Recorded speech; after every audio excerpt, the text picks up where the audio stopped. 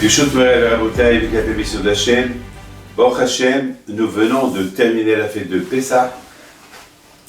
Alors, bien sûr, la fête de Pessah, c'est quoi le limoud? Qu'est-ce qu'on apprend de la fête de Pessah? C'est quoi le moussard tiré? C'est pas avec manger, dormir, prendre des vacances.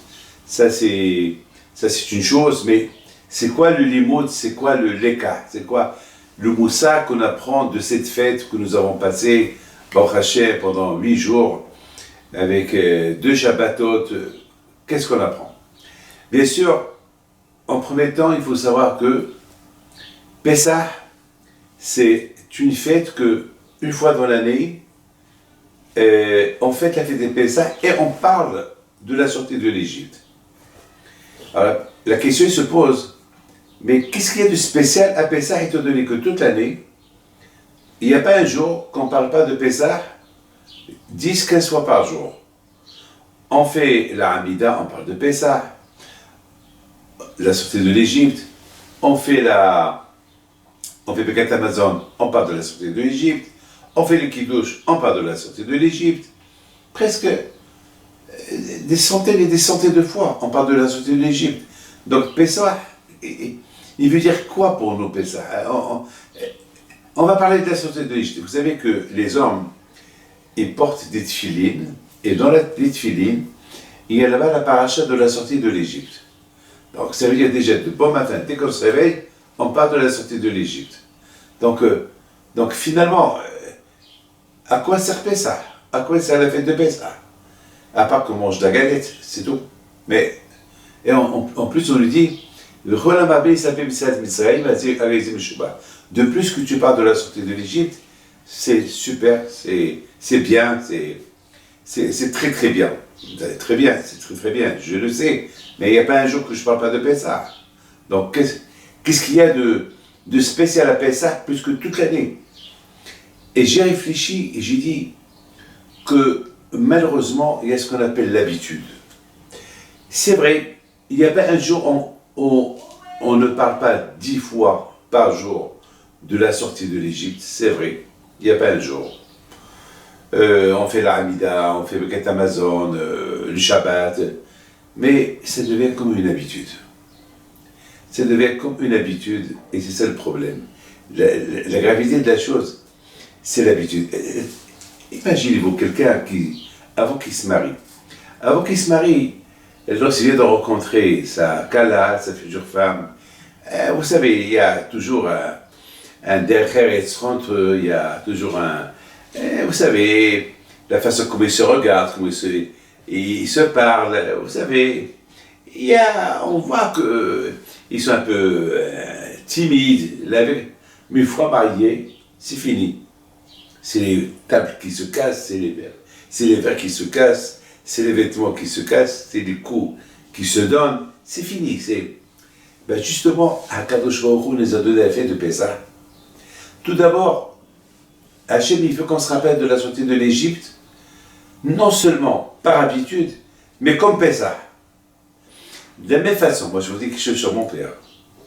Mon père, Alain Shalom, je peux vous dire, j'ai habité, le laps de temps que j'ai habité à la maison, j'ai perdu mon père lorsque j'avais 32-33 ans, et je n'ai pas habité avec lui beaucoup. J'étais à la yeshiva, mais le temps que j'ai habité à la maison, j'ai jamais vu mon père ne pas donner des compliments à ma mère. C'est quelque chose qu'on ne me l'a pas dit, parce que je l'ai vécu. Je l'ai vécu. Et je me rappelle très très bien, lorsque je l'ai emmené au Maroc, pour pénétrer Rabbi Hippie, il a pris 10 ans qu'il est venu en Israël, qu'il n'a pas été au Maroc. Avant qu'on a quitté le Maroc, il me dit, achète-moi quelque chose pour ta mère. Vous savez, il me dit, je ne l'ai jamais acheté parce que c'est ta mère qui gère la maison. C'est ta mère qui a l'argent. C'est ta mère. Tout ce que j'ai, il est entre les mains de ta mère. Mais cette fois-ci, j'ai voyagé. Et ce voyage-là, je ne veux pas rentrer les mains vides à la maison.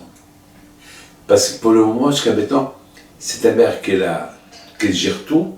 Mais maintenant, c'est moi qui ai l'argent dans ma poche. Donc je veux que tu m'achètes quelque chose pour ta mère. Et il m'a dit cette phrase, il m'a dit quelque chose que tu sais que ça va lui plaire.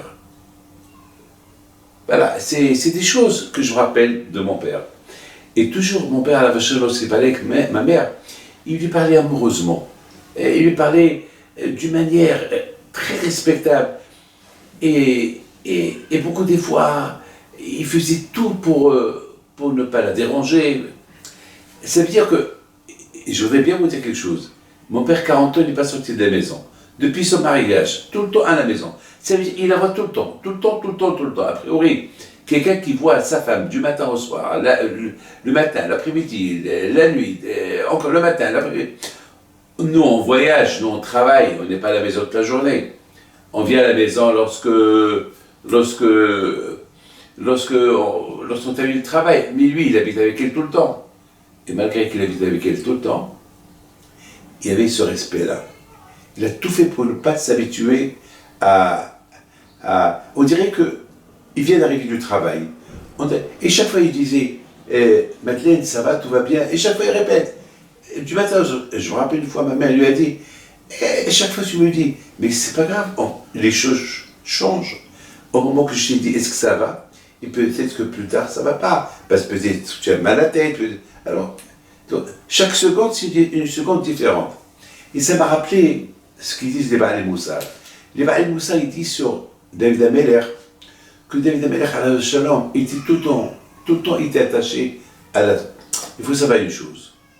Il y a une phrase qu'il a dit David Ameller. Une seule chose j'ai demandé à Kadosh Baruch Hu, et c'est tout ce que je demande. Je ne demande pas la richesse, je ne demande pas l'argent, je ne demande pas mes ennemis, je ne demande pas que je suis l'homme le plus important du monde. Une seule chose je demande à Kadosh Baruch Hu, que chaque fois que j'étudie la Torah, que ça soit comme si je viens d'ouvrir le livre, comme si je venais de recevoir la Torah. Pas par habitude, pas que j'étudie la Torah par habitude. Venir étudier. Il y a un grand tzaddik, celui qui a écrit tous les cours du Rabbi de Lubavitch. On l'appelle le Hoser. C'est-à-dire que tous les cours qu'il faisait le Rabbi de Lubavitch, il les répétait. Après, il était avec un groupe, parce que parfois le Rabbi de Lubavitch parlait pendant 5-6 heures. Parler 5-6 heures, c'est plein de choses qu'il parlait. Chaque Shabbat, je me rappelle une fois, j'étais là-bas, j'étais à New York, et je me rappelle, il a parlé 5 heures. 5 heures, il a parlé. C'est quelque chose que, entre-temps, les gens, ils ont déjà Shabbaté, sorti, etc., etc. Et lui, il parle. Et il y a un monde fou qui l'écoutait. Il y a un monde des milliers, il y a un monde fou. Chaque Shabbat, c'était comme ça. Et je me rappelle, alors, le Hoser, et je ne sais pas si c'est lui qui dit ça, ou c'est des paroles qu'il a prises du Rabbi de Lubavitch, je ne peux pas vous dire. Il dit que la Torah, que le Beit HaMikdash a été détruit parce qu'ils n'ont pas étudié la Torah. Il dit, c'est pas possible. C'est pas possible qu'ils n'ont pas étudié la Torah. C'est impossible. Dire, pourquoi le Beit HaMikdash a été détruit? Parce qu'ils n'ont pas étudié la Torah. C'est dur. C'est dur de dire ça, qu'ils n'ont pas étudié la Torah. Alors, il dit, dès qu'ils ont étudié la Torah, dès ils ont étudié la Torah, mais ils n'ont pas étudié la Torah par amour. Par amour. Il étudie parce que la Torah c'est une chokma. La Torah c'est une chokma. Vous savez, lorsqu'on fait un pile-poule, il faut être haram pour donner un cours de Torah. Il faut être haram pour relier les choses les uns avec les autres. Parce que la Torah elle est vaste. Ne croyez pas que la Torah elle est facile. Elle est très très dure. Très très dure. Parfois ça peut prendre un laps de temps pour comprendre quelque chose et à savoir si tu l'as compris. Donc ça veut dire ils ont étudié la Torah uniquement par habitude. Disons, par habitude, pas avec l'amour. Et c'est la raison pour laquelle le Beit HaMikdash a été détruit. Parce qu'il n'y avait pas l'amour de l'étude de la Torah. Donc vous voyez que David Ameller, alayhi shalom, la seule chose qui lui faisait peur, c'est qu'il a étudié la Torah par habitude. Il dit, Hachem, aide-moi que chaque fois que j'étudie la Torah, ça soit comme, et chaque fois que je vais au Beth Amikdash, vous savez, aujourd'hui la synagogue, chacun connaît sa place. Alors, quand on est à la synagogue, chacun qui vient à la synagogue, il connaît sa place, il va, il s'assoit, et le matin, on est comme des robots. On se réveille, on va à la synagogue, on met puis comme des robots. Non, eh bien justement, il ne faut pas être comme un robot, il faut être toi. Il faut être toi. Il faut être toi. Il faut pas, même le respect des parents, il ne faut pas que ce soit comme un robot. Parce que c'est mon père, c'est ma mère. Non, c'est un travail. Il faut que tu le fais parce qu'il faut le faire, parce que c'est normal. Donc la fête de Pessah que Hachem nous a donnée, c'est vrai, toute l'année, Hachem il a voulu qu'on parle de Pessah. On parle de la sortie de l'Égypte. Et la raison pourquoi Hachem veut que chaque jour, on parle de la sortie d'Égypte, Hachem il a une idée dans la tête. Parce qu'il n'y a pas un jour qu'on n'est pas dans notre propre Égypte. Il n'y a pas un jour qu'on n'a pas un problème. C'est impossible. C'est impossible. Chaque chose est son problème. Moi, je peux vous dire quelque chose je vous dis quelque chose, mettons. J'avais un problème. Tout à l'heure, je n'ai pas mangé avec vous tous. Vous avez tous mangé, moi, je n'ai pas mangé. Et à un moment donné, j'ai commencé à avoir faim. Vers 4 heures, je commençais à avoir faim. Et j'ai dit... Alors, j'ai dit, j'ai des gâteaux. Mais les gâteaux, ils sont sucrés. Je suis diabétique. Je ne vais pas manger les gâteaux. Mais qu'est-ce que je vais manger? J'ai dit, je prends de moi une idée. Donne-moi une idée. Il faut que je mange quelque chose, j'ai faim. Ça veut dire, Hachem, il faut le sentir. Et voilà, je me suis rappelé que au moment que vous étiez en train de manger, j'ai vu que vous avez pris ce qui restait, vous l'avez mis dans vos chambres. Donc, a priori, je ne devais pas sortir lorsque vous étiez en train de manger parce que je n'avais pas faim. Alors pourquoi je suis sorti? Parce qu'Hachem savait que dans 3 heures ou 4 heures, je vais avoir faim. Donc Akash Baruch Hu, il me dit voilà, tu ne vas pas manger, c'est pas grave. Sors, regarde ce qui se passe et tu rentres chez toi. Et c'est ce que j'ai fait. Mais c'est ce qu'on appelle, lorsqu'on vit avec Hachem, c'est ce qu'on appelle l'Ashgaha. Même avec Hachem, il ne faut pas s'habituer. Il faut voir la main d'Hachem chaque fois. D'une autre manière, nouveau. Comme le matin. Qu'est-ce qu'on dit le matin? Chaque matin, le monde il se renouvelle. Pourquoi Hachem n'a pas fait que le monde il continue? Ben justement, si le monde il continue, on va s'habituer. Donc quand il a fait que le monde il ne continue pas comme qu'on veut. Chaque matin, il se renouvelle. Chaque matin, un jour il fait beau temps, un matin il fait mauvais, un matin il pleut, un matin il pleut pas, un matin tu te lèves, il neige, un matin il neige pas, un matin il fait froid, un matin il fait pas froid. Et chaque matin, il est différent. Et l'après-midi, on voit au laps de toute la journée, elle est différente. Parce qu'Hachem ne veut pas qu'on s'habitue, même à la création, il ne veut pas qu'on... Il y a l'automne, il y a l'hiver, il y a l'été, il y a le printemps, même les 4 saisons. Hachem, il a fait qu'il y a des 4 saisons. Pourquoi Hachem, il a fait qu'il y a des 4 saisons? Et un jour, il y a des fleurs, un jour, il n'y a pas de fleurs, un jour, il y a deux lèvres, un jour, il n'y a pas de lèvres, un jour, il y a ça, un jour... Hachem, il ne veut pas qu'on s'habitue. Hachem, il nous a donné une leçon que l'habitude, lorsqu'on s'habitue, on n'apprécie peu Hachem. L'habitude, on n'apprécie plus la personne. Même étant marié, l'habitude, ça tue. Et c'est la raison pourquoi, Hakadosh Baruch Hu, sachant que la sortie de l'Égypte, c'est la fête la plus importante, on était des esclaves. On était des esclaves, je ne sais pas, on était pendant 400 ans en Égypte, et Hachem savait que, vous savez, tellement que les Juifs, ils ont souffert en Égypte, jusqu'à qu'ils se sont habitués à être esclaves.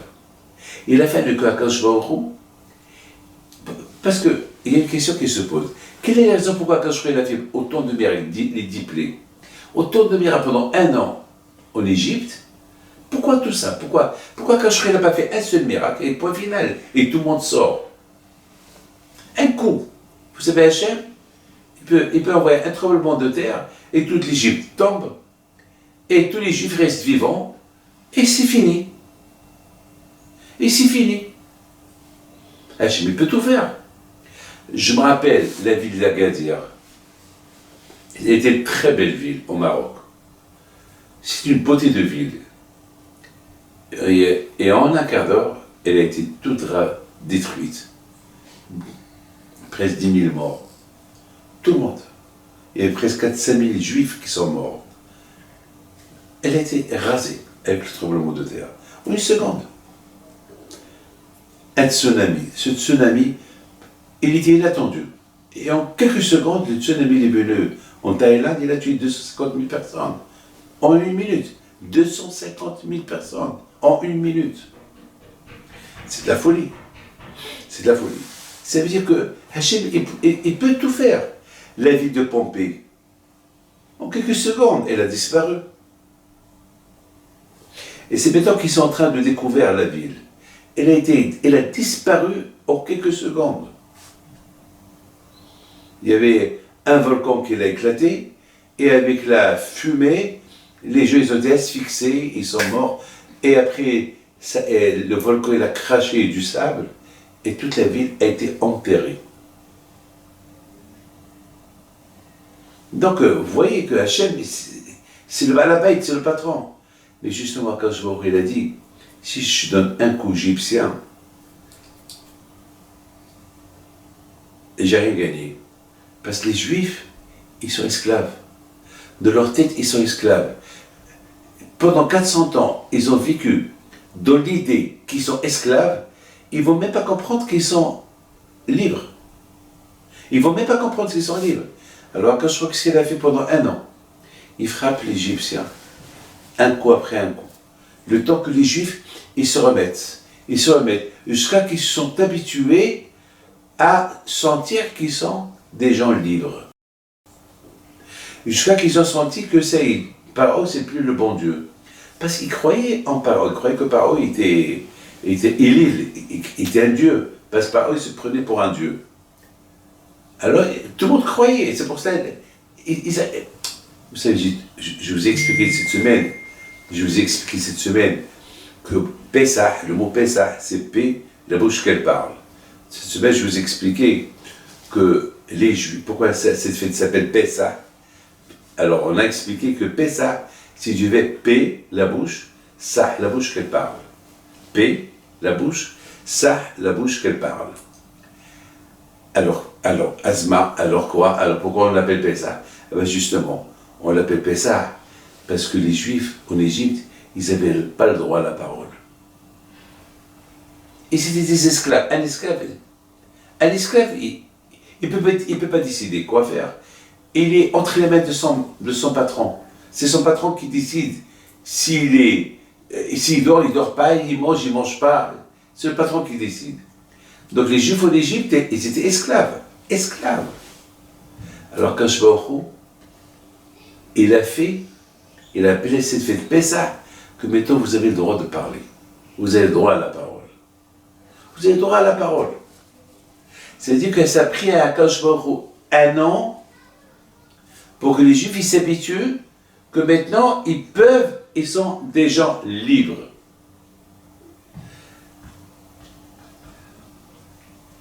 C'est la raison pourquoi Akadosh Baruch Hu il a fait que... Alors qu'est-ce qu'on apprend de Pessah? Maintenant voilà, on est après Pessah. Alors après Pessah, si on réunit un peu toute cette belle fête, c'est une fête, soyons honnêtes, c'est une fête qui est basée sur le manger. La fête Pessah, Matzah, Obaror. Vous savez que la fête de Sukkot, on l'appelle la fête de Sukkot parce qu'on s'assoit dans la soukha. Hanouka, la lumière. On allume comment ça s'appelle, les bougies de Hanouka. Esther, il y a des halachot de Ta'ani, etc.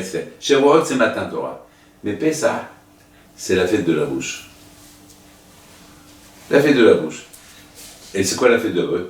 Tu parles avec ta bouche, tu manges la galette, tu manges le korban Pessah, tu manges le maror. C'est la fête de la bouche. Cette bouche-là, qui s'appelle Pessah, Cette bouche, tout le temps, elle parle. Donc, elle est habituée à parler. Elle n'arrête pas de parler. C'est une bouche qu'elle parle. Elle parle, elle parle, elle parle. Vous savez, quand j'étais au Mexique, il m'a dit, Lior, Rabbi David, vous vous rendez compte que pendant 10 jours, vous n'avez pas arrêté de parler. C'est vrai, du matin jusqu'à 2 heures du matin, j'ai pas arrêté de parler, la bouche qu'elle parle. Mais bon, Hachem, que le bon Dieu nous a donné la Torah. Si Hachem ne nous aura pas donné la Torah, on va faire quoi? Vous savez qu'est-ce qu'on a lu hier dans le Pekavot? On a lu dans le Pekavot hier, le matzati les gouf, tov et la shitika. La plus belle chose pour le corps, c'est de se taire.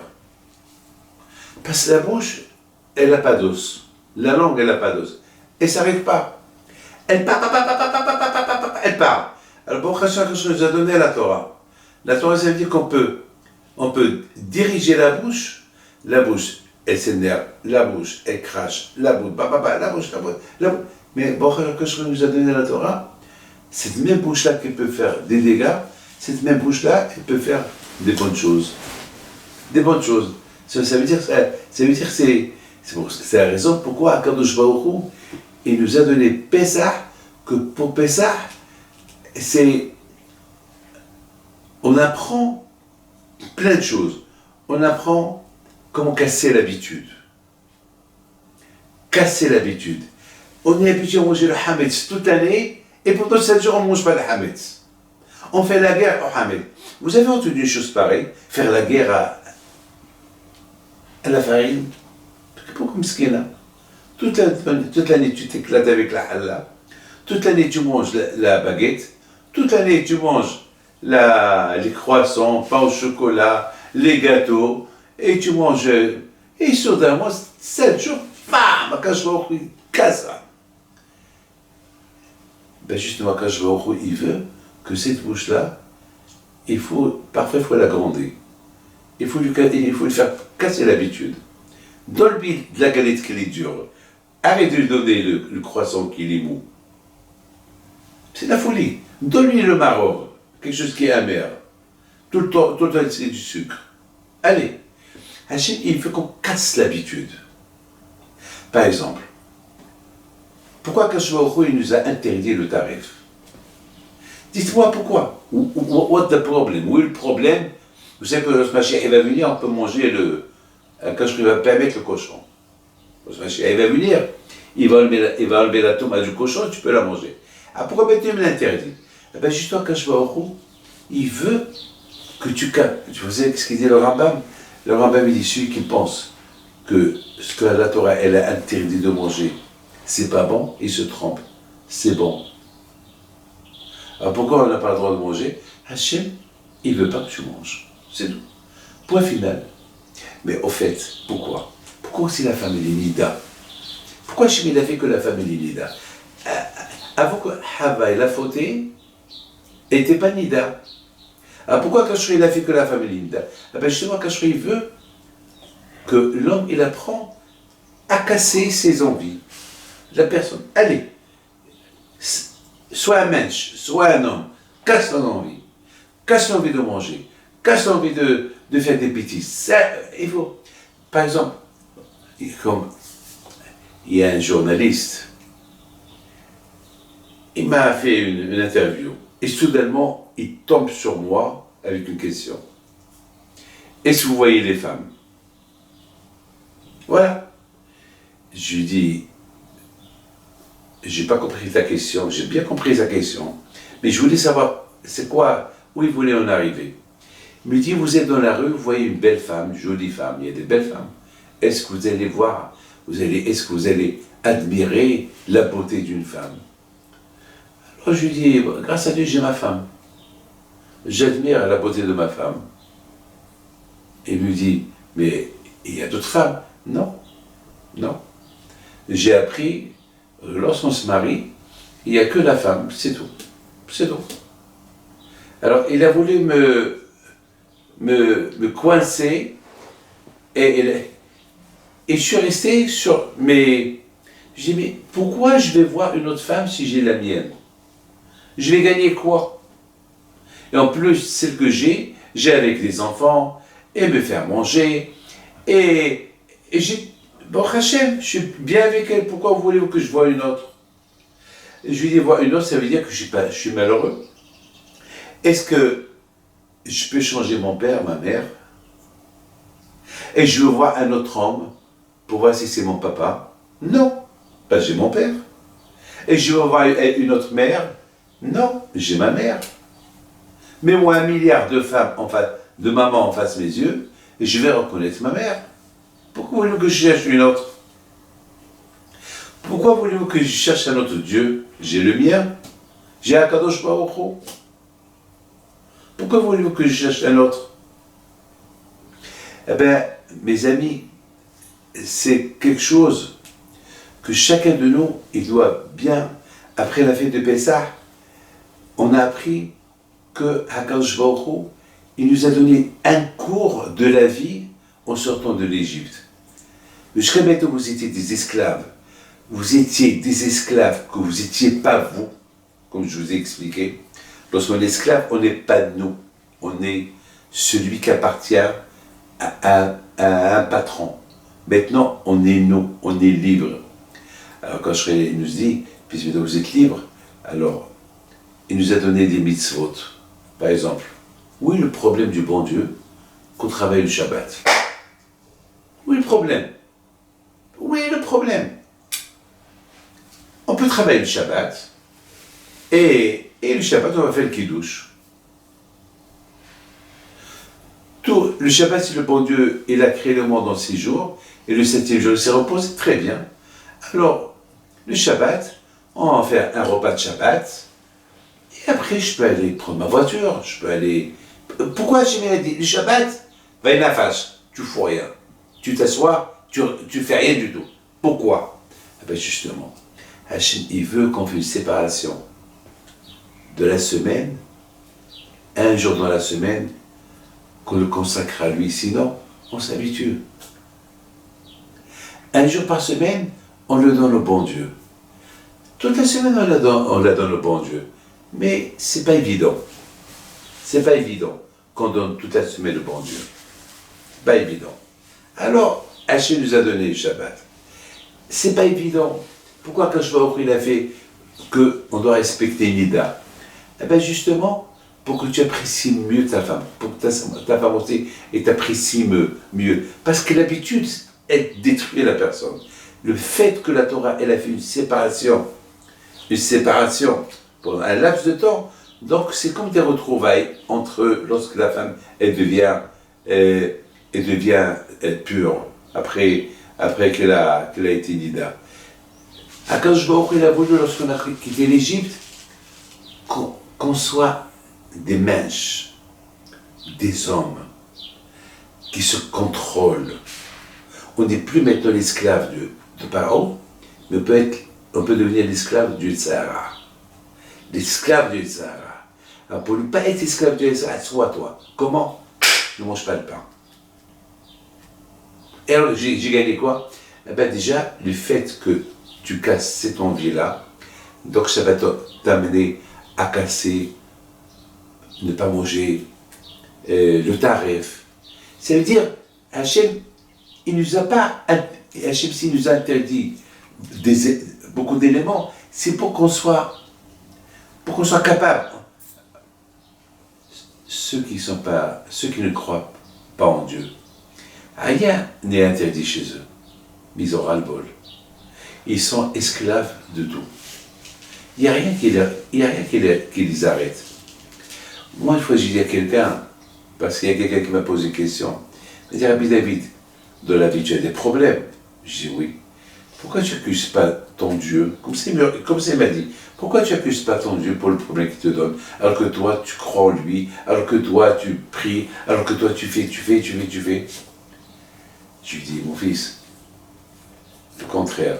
Alors je reçois une gifle du bon Dieu, il se peut que il me rappelle. C'est comme une sonnerie, une alarme. Parce que beaucoup de fois, on s'habitue au bon Dieu, et après, tellement qu'on s'habitue avec lui, avec toute sa bonté, avec tout ce qu'il fait pour nous, on s'habitue, et lorsqu'on s'habitue, on fait des bêtises sans que nous on se rende compte des bêtises qu'on fait. Alors, bon, il y a un coup qui vient qui me réveille.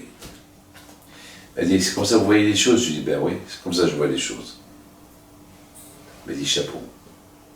Elle dit, alors moi je ne vois pas les choses. Je lui dis, tu sais pourquoi toi tu ne vois pas les choses comme que je les vois? Parce que tu ne les fais pas. Parce que toi tu fais les choses à ta manière. Tu es sans limite. Moi je suis limité. Je suis un juif limité. Moi je suis un juif limité. C'est pas je suis sans limite. Je suis un juif limité. La Torah est mes limites. Alors je sais que la Torah est mes limites, alors je suis bien dans ma tête. Je sais, je suis un mince, je suis un homme. Je sais jusqu'à où je peux y aller. Je sais où je dois m'arrêter, où je dois reculer, quand je dois aller à gauche, quand je dois aller à droite, et je sais ce que je fais. La Torah m'a appris. Mais donc vous avez compris pourquoi Akadosh Baruch Hu, il a fait que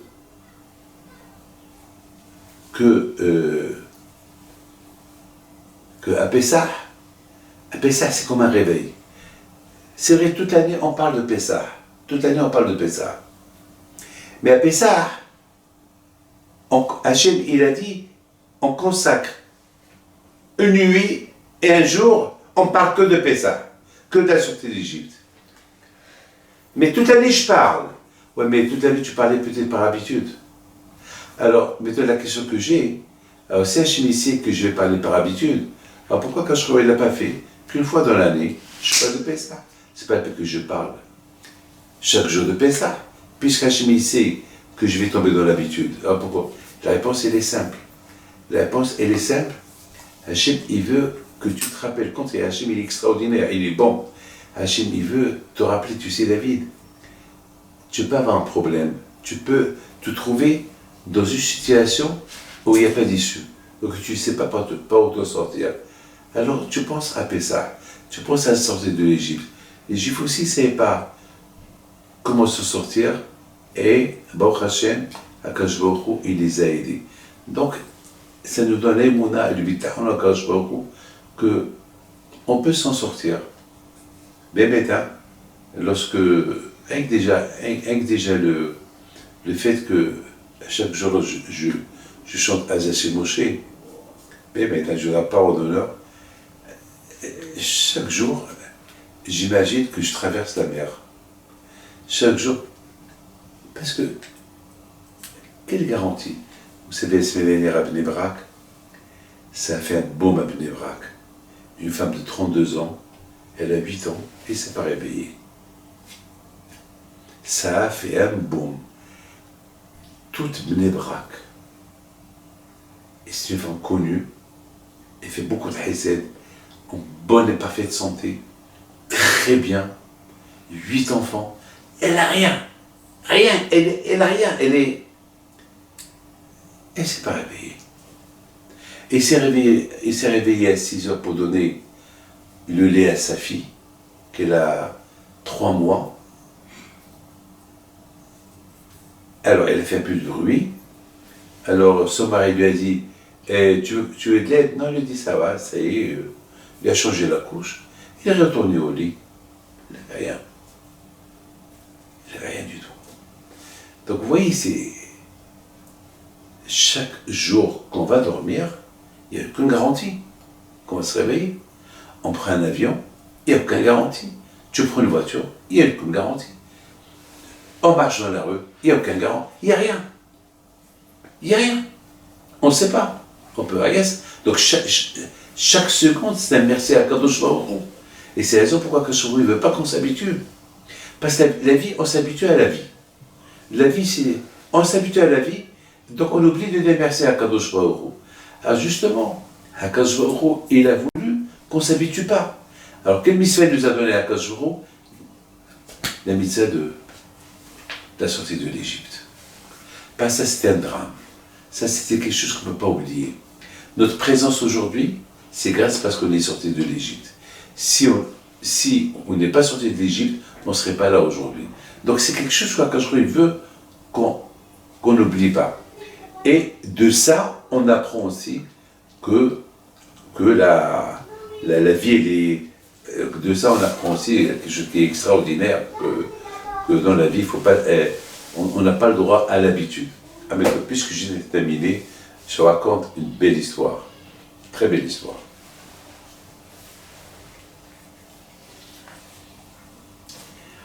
Il y a à peu près un mois, j'avais besoin de 68 000 shekels. C'était la somme que j'avais besoin, 68 000 shekels. Et vous savez, bon, Hachem, j'ai déjà à qui les demander, il n'y a pas de problème. Mais parfois, je joue avec le bon Dieu. J'aime jouer avec lui. J'aime tester ma émona avec Akadosh Baruch Hu. C'est pas Shalom, je teste Akadosh Baruch Hu. Je vous dis, je veux tester ma émona. Et comment je sais que je suis croyant? Vous savez, ça est très fort. Alors je me teste moi-même. Alors je dis à Akadosh Baruch Hu, voilà, j'ai besoin de 68 000. Si j'étais un prophète, que je peux me dire, David, tu parles avec celui-là, il te les donne. David, tu parles avec celui-là, il te les donne. David, tu connais celui-là. Non, je veux que tu les donnes toi-même. Je ne vais pas demander à personne. Ah, maintenant, la journée est passée, personne ne m'a donné. Le soir, je dis à Akadosh Baruch Hu, Hachem, bon, peut-être, c'est pas que tu m'as oublié, mais peut-être, là, c'est toi qui me testes. Mais je rends la balle. Je dis, mais toi, Hachem, c'est toi qui me testes. Non, Hachem, tu sais, tu peux pas me tester avec 60 000 ou 8 000 shekels, parce que je peux les demander à quelqu'un. Et moi, je veux que c'est toi qui me les donnes. Alors, Hachem, s'il te plaît, demain, tu me les donnes. Parce que demain soir, je dois les donner à tel et tel. Vous ne voyez pas que le lendemain, alors le lendemain c'était vendredi. Le lendemain matin, il y a mamash, quelqu'un qui vient, me dit, Rabbi David, bon Hachem, hier, j'ai fait une affaire, et voilà, mon maaser, il est là. Je lui dis, il y a, combien il y a? Il dit, 28 000. Très bien, merci. 28 000, ça veut dire Korah. 28, c'est le chiffre Korah. Korah, c'est la force. Donc, il est 1h d'après-midi, c'est vendredi. Hachem, tu es en train de me tester, hein, là. Là, il faut que j'ai du Korah pour que je continue à y croire que, Hachem, tu me donnes les 40 000 avant le Shabbat, comme ça, demain, vite après Shabbat, je les envoie à Ashdod. Je dois la parole d'honneur. Et les heures y passent. Ça fait même pas un mois. Et Hachem est témoin. Et les heures y passent. Et les heures y passent. Et voilà. Un quart d'heure, je sais pas, j'ai pris ma douche. Moi, toujours, je prends ma douche avant Shabbat. Ça veut dire, à une demi-heure avant Shabbat, je prends ma douche. Toujours, c'est comme ça. Pourquoi? C'est psychologiquement. J'aime sentir le savon. Ben, c'est comme ça. J'aime sentir le savon. Il y a beaucoup de gens qui se lavent, moi, c'est psychologique dans ma tête, j'aime sentir le savon avant Shabbat. Comme ça. C'est psychologique, depuis tout le temps, depuis jeune. Parce que vous savez, quand j'étais jeune, on n'avait pas des salles de bain à Essaouira. Alors je me rappelle, il y avait comment ça s'appelle, une grande cuvette.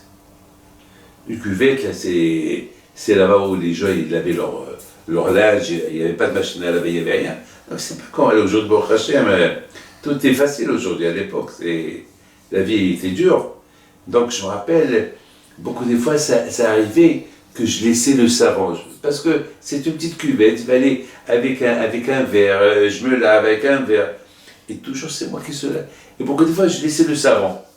Donc ma mère, parfois, et le savon d'avant, c'est pas comme le savon d'aujourd'hui. Le savon d'avant, il était mou. Ma mère me donnait un verre. Donc, beaucoup de fois, ça arrivait, je me rinçais mal, donc ça restait.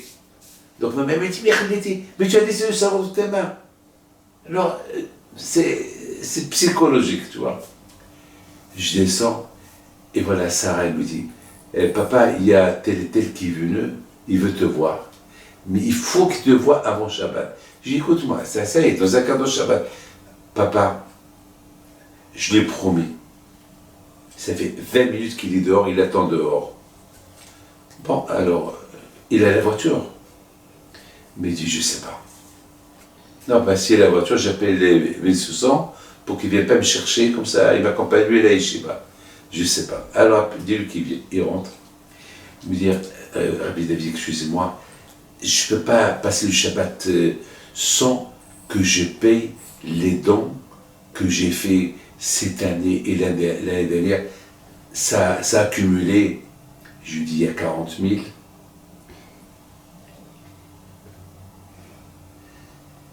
Il me dit, comment vous savez? J'ai dit non. J'ai fait un deal avec le bon Dieu avant Shabbat, il faut qu'il me donne 68 000. Et voilà. Et voilà. Il me donne le chèque. Un chèque de 48 000. Il dit, voilà, Rabbi David, j'ai pas écrit l'ordre. Vous pouvez écrire l'ordre que vous voulez. Je lève les yeux vers Hachem, mais au lieu que je dis merci à lui, je dis merci à Hachem. Lui n'a rien compris tout ça. Je dis, mon fils, maintenant on va aller à pied. Tu es en voiture? Il me dit, non, je ne suis pas en voiture. Alors je raconte l'histoire. Et je lui dis, voilà ce qui s'est passé. Vous voyez, c'est avec Hachem, il ne faut pas s'habituer.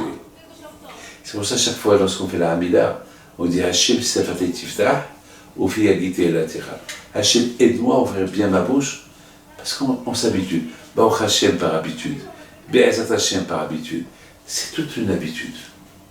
Alors on dit, Akashra, aide-moi, ouvre-moi la bouche, et mets-moi les bonnes paroles de ma bouche, les paroles qui vont te plaire, pas les paroles que moi je veux. Voilà. Que Akashra vous aide, vous donne votre aval, et ferme-le.